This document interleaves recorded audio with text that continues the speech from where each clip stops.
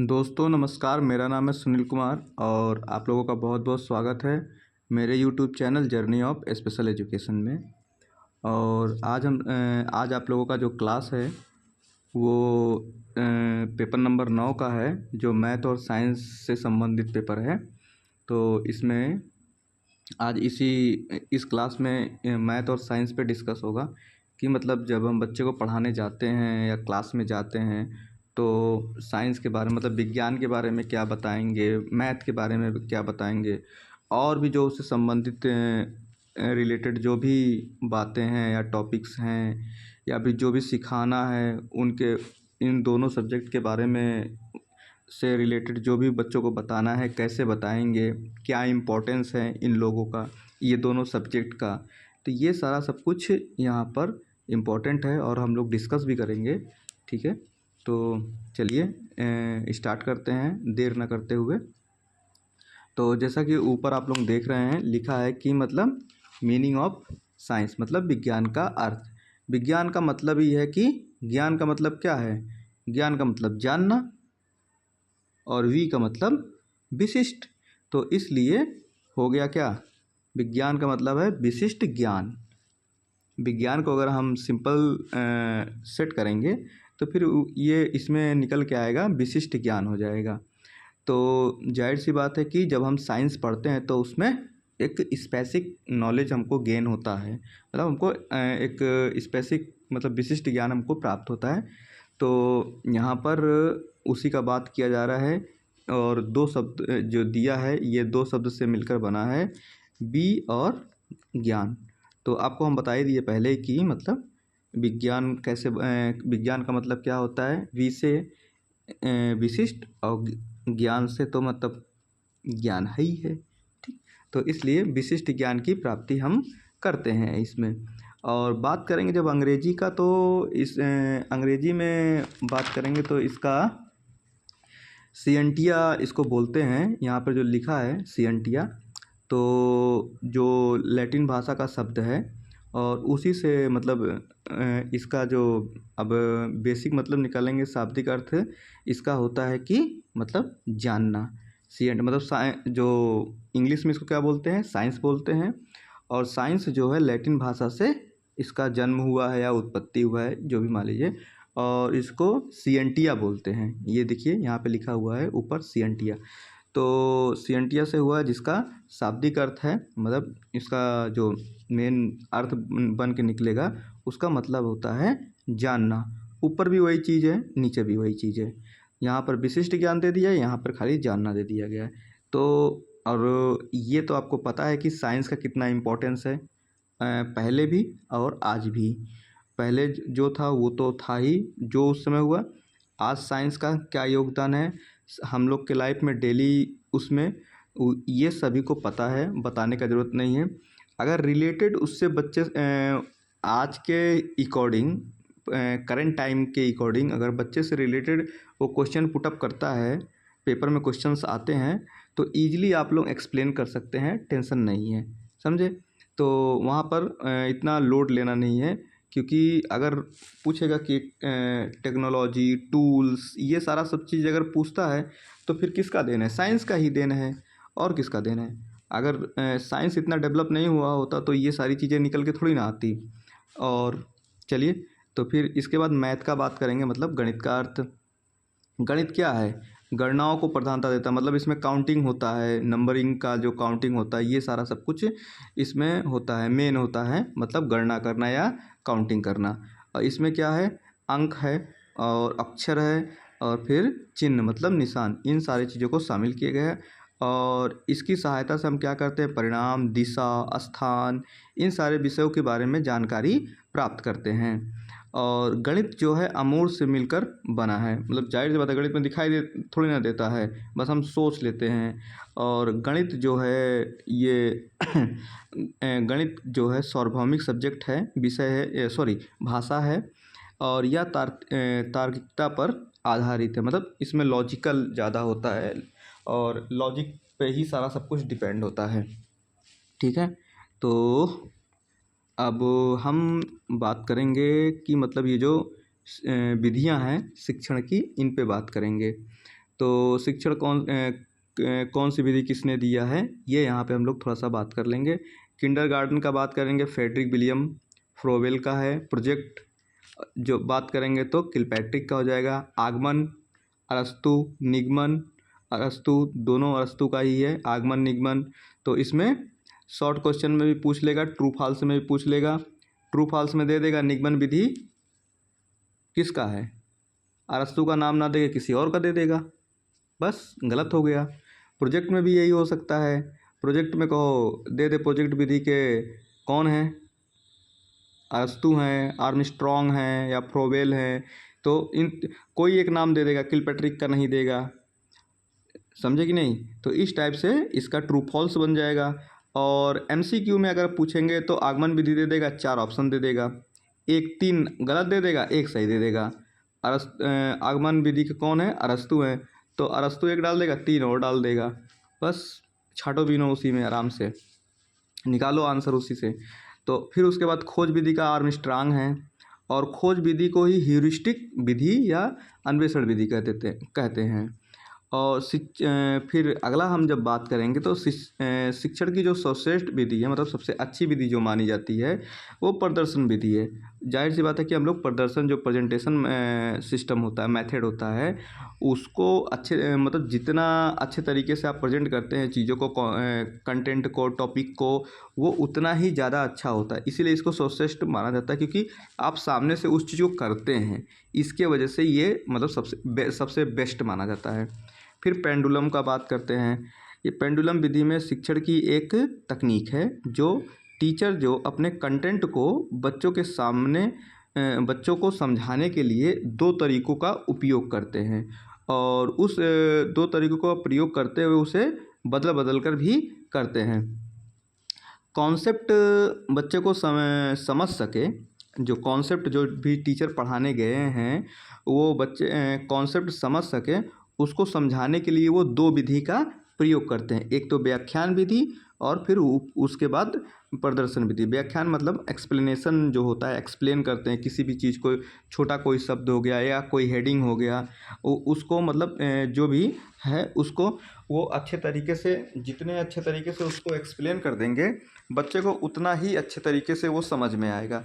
फिर प्रेजेंटेशन है। प्रेजेंटेशन में क्या होगा, प्रेजेंटेशन में यही होगा कि आप चीज़ों को बच्चे के सामने प्रेजेंट करेंगे, एकदम करता हुआ दिखाएंगे, या जो भी है, जो भी माध्यम इसमें है, आप जैसे भी मैटर तैयार करके लेके गए हैं प्रेजेंट करने के लिए, तो इसमें आप करके दिखाएंगे, और इसमें आपका ओरल चलेगा, आप व्याख्या करेंगे, मतलब एक्सप्लेन करेंगे चीज़ों को, आप समझाएंगे। जैसे अभी हम आपको ओनली फॉर समझा रहे हैं, मतलब एक्सप्लेन ही कर रहे हैं, इस समय प्रेजेंट नहीं कर रहे हैं। अगर आप हमारे सामने फिजिकली क्लास में होते तो उस समय हम प्रेजेंटेशन, जो प्रदर्शन विधि है, इसका प्रयोग करने का प्रयास करते हैं। फिर नेक्स्ट क्वेश्चन है पोर्टफोलियो। पोर्टफोलियो क्या है, पोर्टफोलियो में क्या होता है, छात्रों द्वारा जो भी कार्य किए जाते हैं उसका रिकॉर्ड तैयार किया जाता है, पढ़ने से संबंधित और बाकी एक्टिविटी से संबंधित, वो सारा पूरा उस बच्चे से संबंधित जो भी है उसका पूरा रिकॉर्ड तैयार किया जाता है, और छात्र के सीखने को प्रदर्शित करता है, बच्चा क्या सीख रहा है, कितना सीख रहा है, इन सारी चीज़ों को भी बताता है। और यह एक प्रभावी मूल्यांकन है जिसका उपयोग किया जाता है, और इससे हमको एक रिकॉर्ड भी पता चलता है, कि एक रिकॉर्ड मेंटेन होता है, और हमें पता चलता है कि बच्चे को, मतलब बच्चा कितना सीखा, क्या सीखा, मतलब उसका प्रोग्रेस रिपोर्ट हो जाता है एक हिसाब से। और फिर उसके बाद प्रोजेक्ट विधि के प्रकार, टाइप्स ऑफ प्रोजेक्ट मेथड। तो इसमें 2 है, एक व्यक्तिगत होता है और एक सामूहिक होता है। प्रोजेक्ट जानते हैं कि मतलब आपको प्रोजेक्ट कोई काम दे दिया जाता है कि जाओ, सिंगल दे दिया जाता है, फिर इसके बाद एक से ज़्यादा लोग, मतलब 2 3 4 लोग, जैसे कभी कभी प्रैक्टिकल्स होते हैं, या कोई और स्कूल में कोई और काम होता है, असाइनमेंट हो गया, जैसे मान लो कोई असाइनमेंट हो गया, मतलब ग्रुप बना के दे दिया, कि मतलब टीचर जो है ग्रुप दे दिए कि जाओ ये असाइनमेंट 3 लोग कर लेना, 4 लोग कर लेना। फिर कोई और ऐसा काम है कि वो खाली एक ही लोग करेंगे, तो जब एक लोग करेंगे तो व्यक्तिगत हो गया, और एक से ज़्यादा लोग करेंगे तो वो सामूहिक हो गया। और नंबर 8 देख लीजिए, क्वेश्चन नंबर 8 है, शिक्षण सूत्र है। तो शिक्षण सूत्र का जब हम बात करते हैं तो आप लोग जानते हैं बिना शिक्षण सूत्र के कुछ होना है नहीं। तो सबसे पहले कौन सा है, सरल से कठिन। जाहिर सी बात है कि पहले चीज़ें सरल होनी चाहिए, उसके बाद स्टेप बाय स्टेप हमको टफ़ करना है। ऐसा नहीं है कि हम स्टार्टिंग में ही चीज़ों को टफ़ करेंगे। अगर हम स्टार्टिंग में ही चीज़ों को टफ़ करेंगे तो फिर वहाँ पर क्या होगा, दिक्कत होगा। बच्चा बच्चा समझेगा नहीं चीज़ों को और वो वहाँ पर टाइम नहीं दे पाएगा, क्लास से चला जाएगा या फिर नेक्स्ट डे वो आएगा ही नहीं। किसी तरह उस दिन तो मतलब काम कर लेगा या रुक जाएगा, लेकिन नेक्स्ट डे नहीं आएगा, इंटरेस्ट नहीं रहेगा उसमें तब। तो इसीलिए कोई भी टॉपिक होता है या कोई भी सब्जेक्ट होता है तो जब हम पढ़ाने जाते हैं तो पहले एकदम इजी चीज़ों को सिलेक्ट करते हैं। उसके बाद फिर धीरे धीरे one by one, step by step हम उसको टफ़ करते जाते हैं, जिससे कि बच्चा वहाँ से मूव ऑन ना करे और वहाँ पर वो अपना टाइम दे। फिर ज्ञात से अज्ञात की बात करें, जो चीज़ें हम जानते हैं जिसके बारे में, उसके आगे से जो चीज़ें नहीं जानते हैं वहाँ तक उसको लेके जाना। फिर स्थूल से सूक्ष्म कुछ चीज़ें ऐसी हैं जो छोटे से मतलब एकदम सूक्ष्म रूप में इसमें हम बच्चों को बता सकते हैं। एग्जाम्पल के रूप में हम अगर मैथ का पेपर ही है ये, मैथ और साइंस का, तो मैथ और साइंस में जो अगर हम मैथ्स में हम उसको बच्चे को जोड़ सिखाते हैं, घटाना सिखाते हैं, ये सारा सब कुछ सिखाते हैं, तो उसमें कोई सामान का वस्तु का इस्तेमाल कर सकते हैं। जैसे बॉल हो गया, छोटी गोली हो गई, पेन हो गए, पेंसिल हो गए। अगर जोड़ घटाना है, 5 पेंसिल है, जैसे फॉर एग्जांपल 5 पेंसिल है तो उसमें हम 3 कम कर दिए, तो अब बच्चे से पूछेंगे कितनी पेंसिल बची, तो बच्चा बताएगा 2, 1, जो भी उसको आएगा वो बताएगा। और फिर हम अगर वहीं पर अगर हम प्लस सिखाते हैं, मतलब पहले पूरा दिखा दें फिर उसको सूक्ष्म की तरफ ले जाएं, और इसके बाद फिर हम उसको फिर हम प्लस का सिखाएंगे तो वहाँ पर 2 पेंसिल हैं, फिर उसमें एक और ऐड कर देंगे, फिर उससे पूछेंगे कितना है, पहले ढेर सारा पूरा रख देंगे, फिर उसको अलग कर देंगे। फिर उसके बाद हम प्लस का सिखाएंगे बच्चे को कि 2 रख देंगे, उसमें एक और ऐड कर देंगे तो कितना हो जाएगा, बच्चे से पूछेंगे कितना हो जाएगा, तो 3 बचाएगा, तो मतलब प्लस हो रहा है, जोड़ हो रहा है, तो उसको सिखाया जा सकता है। ठीक, इसके बाद पूर्ण से अंश की ओर क्या है, मतलब पहले पूरा फिर उसके बाद थोड़ा थोड़ा। ठीक, तो ये क्या है कि ये गेस्टाल्टवाद पर आधारित है। ये जो शिक्षण सूत्र जो है पूर्ण से अंश, ये गेस्टाल्टवाद पर है। उसमें क्या होता है, उसमें भी ऐसे रहता है, पहले पूरा होता है फिर अंश के मतलब एकदम छोटा रूप हो जाता है। फिर प्रत्यक्ष से अप्रत्यक्ष, मतलब जो हमको दिखाई दे रहा है, पहले जो दिख रहा है वो, और इसके बाद हम क्या करेंगे, जो नहीं दिखाई दे रहा है वो। अप्रत्यक्ष में क्या होगा, दिखाई नहीं दे रहा है, प्रत्यक्ष में दिखाई दे रहा है। डायरेक्ट इनडायरेक्ट जो होता है क्या होता है, सामने से चीज़ें हैं मेरे सामने, वो प्रत्यक्ष हैं, हम उसको दिखा कर समझा कर सब कुछ बता सकते हैं। लेकिन अगर जो चीज़ें नहीं दिखाई दे रही हैं तो वो क्या है, अप्रत्यक्ष। फिर उसके बाद विशिष्ट से समान की ओर। ठीक, तो इसमें क्या होगा, गणित हो जाएगा, विज्ञान हो जाएगा, ये व्याकरण से संबंधित सारी चीज़ें इसमें हम शामिल करते हैं। और इसमें क्या है, जो कंटेंट है उससे संबंधित एग्जाम्पल देना सूटेबल रहेगा, मतलब एकदम परफेक्ट रहेगा जो भी आप पढ़ाने जाते हैं। तो वहाँ पर आप कंटेंट से रिलेटेड पहले आप क्या करेंगे, वहाँ पर एग्जाम्पल देंगे, एग्जाम्पल के बाद उस पर थोड़ा सा विचार मनन करेंगे, बच्चे को बोलेंगे कि हाँ आप भी थोड़ा सोचो। और एग्जाम्पल इसलिए देंगे कंटेंट से संबंधित कि जिससे कि बच्चे को जो भी आप पढ़ाने गए हैं उसके आपको ये भी पता चल जाएगा ना कि मतलब उसको कितना कमांड है जो आप पढ़ाने गए हैं, तो समझेगा, फिर उसका इंटरेस्ट होगा उसमें, ये भी चीज़ रहेगा। आप एग्जाम्पल देंगे तो रिलेटेड जो भी, और ज़्यादातर एग्जाम्पल वो सूटेबल होता है, वो अच्छा होता है जो डेली लाइफ से रिलेटेड होता है, वो एग्जाम्पल परफेक्ट होता है। और बच्चे को क्लास में एकदम बनाए रखने के लिए ऐसे एग्जाम्पल्स होने कंपलसरी हैं, जिससे कि बच्चा वहाँ पे मूव ऑन ना करे। तो जो भी आप पढ़ाने गए हैं आप वहाँ पर उससे संबंधित एग्जाम्पल प्रेजेंट करें बच्चे के सामने, और अगर हिंदी का बात करेंगे तो फिर उसमें संज्ञा सर्वनाम ये सारा सब कुछ इन्वॉल्व हो जाएगा जब हिंदी सब्जेक्ट का बात आएगा तो। और यहाँ पर जैसे लिखा भी है व्याकरण वगैरह। और फिर इसके बाद नेक्स्ट क्वेश्चन है समस्या समाधान। समस्या समाधान क्या है कि कोई भी समस्या है उसका समाधान करना। तो तो इसमें क्या होता है, बच्चा एक्टिव रहता है, मतलब इसको एक तरफ से हम मान लेते हैं खोज विधि भी मान लेते हैं, समझे कि नहीं। खोज विधि भी कहते हैं। अब कोई भी समस्या आएगा तो उस समस्या का समाधान ढूंढेंगे ही ढूंढेंगे, तो इसलिए ये खोज विधि पर भी थोड़ा सा डिपेंड है, उससे रिलेट है। इसमें क्या दिया देखो, प्रयोजनवाद के फलस्वरूप है और इसका यह जो विधि है ये बहुत ही इम्पोर्टेंस मानी जाती है और इसको वैज्ञानिक विधि के नाम से भी जाना जाता है। समस्या समाधान में 2 क्वेश्चन 3 क्वेश्चन पूछ सकता है कि समस्या समाधान विधि जो है वैज्ञानिक विधि है या कोई अन्य, या खोज विधि पर आधारित है या किसी और विधि पर आधारित है, तो या प्रोजेक्ट विधि पर आधारित है। ये क्वेश्चन बन सकता है ट्रू फॉल्स में, या एक मतलब MCQ में दे देगा समस्या समाधान संबंधित है खेल विधि, खोज विधि से, प्रोजेक्ट विधि से, और 2 और कोई नाम दे देगा, इनसे रिलेटेड करके दे देगा। तो फिर आप आराम से वहाँ पर आप पढ़े हैं तो आराम से कोई दिक्कत नहीं, आप आराम से सेलेक्ट कर देंगे। अब मतलब कंसंट्रेशन के साथ पढ़ेंगे तो ठीक है, नहीं तो फिर दिक्कत होगा। फिर नेक्स्ट है अपना खेल विधि, और नेक्स्ट क्या लास्ट ही है खेल विधि। खेल विधि क्या होता है, खेल मतलब खेल के द्वारा बच्चे को वो सारा सब कुछ सिखाना, उसका ओवरऑल डेवलपमेंट करना, जिससे कि बच्चा एकदम कम्प्लीटली फिट रहे।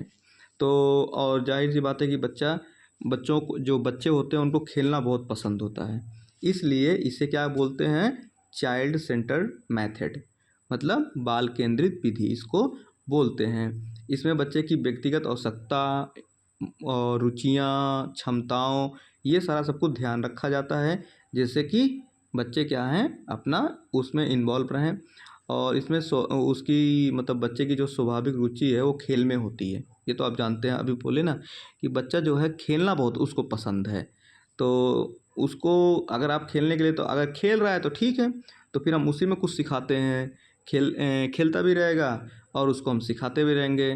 खेल विधि सीखने की सर्वोत्तम विधि है, सब मतलब सबसे अच्छी विधि मानी जाती है खेल विधि, क्योंकि इसमें ओवरऑल डेवलपमेंट होता है ना, इसके वजह से ये सबसे अच्छा माना जाता है। खेल विधि के द्वारा बच्चे का ओवरऑल मतलब संपूर्ण विकास किया जा सकता है या होता है। यहाँ पर होता भी है, लगा ली।